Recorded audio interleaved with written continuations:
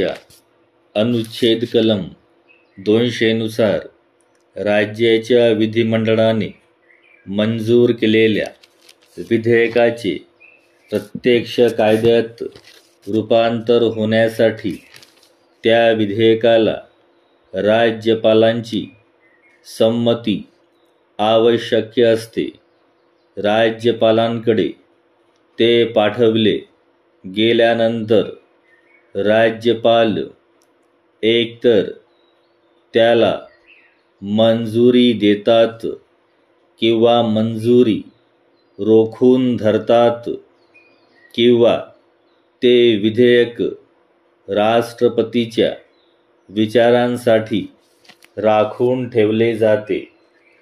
या कलमात एक पोटअट अशी आहे की राज्यपाल त्यांना आवश्यक वाटल्यास एखादे विधेयक त्याचा फेरविचार करण्यासाठी किंवा त्यातील काही विवक्षित तरतुदींचा विचार करण्यासाठी वा त्यात काही दुरुस्त्या करण्याची गरज तपासण्यासाठी तशा निरोपासह सभागृहाकडे लवकरात लवकर परत पाठवू शकतात.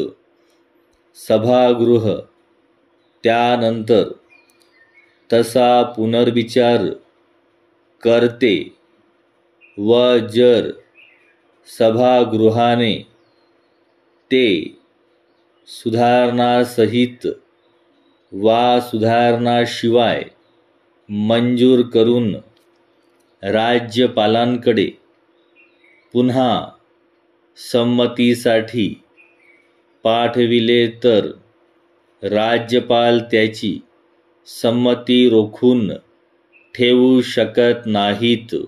परिच्छेद यात लक्षात घेण्याची बाब अशी की कलम 200 मध्ये हे निर्णय ठराविक कालावधीत घ्यावेत अशी स्पष्ट तरतूद नाही. राज्यपालांनी ते लवकरात लवकर परत पाठवावे इतकेच त्यात म्हटले आहे.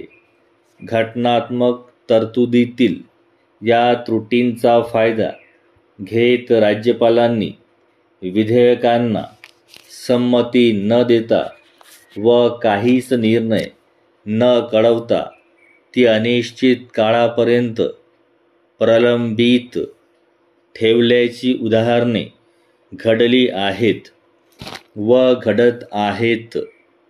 अशा विविध कारणांसाठी त्रस्त झालेल्या तामिळनाडू, पंजाब, केरळ व तेलंगण सरकारांनी रीट याचिकेद्वारे सर्वोच्च न्यायालयाचे दरवाजे ठोठावले होते व आहेत.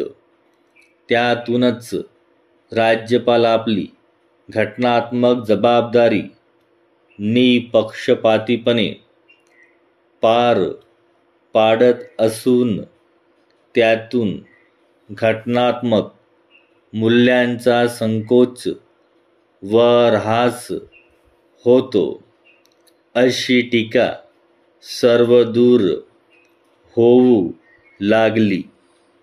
यातील पंजाबच्या रीट याचिकेवर सर्वोच्च न्यायालयाच्या खंडपीठाने नोव्हेंबर 2023 मध्ये असा निर्णय दिला की राज्यपाल हे विधेयकाबाबतचा आपला निर्णय रोखून ठेवू शकत नाहीत व त्यांनी लवकरात लवकर ते सभागृहाकडे फेरविचारार्थ पाठवायला हवे.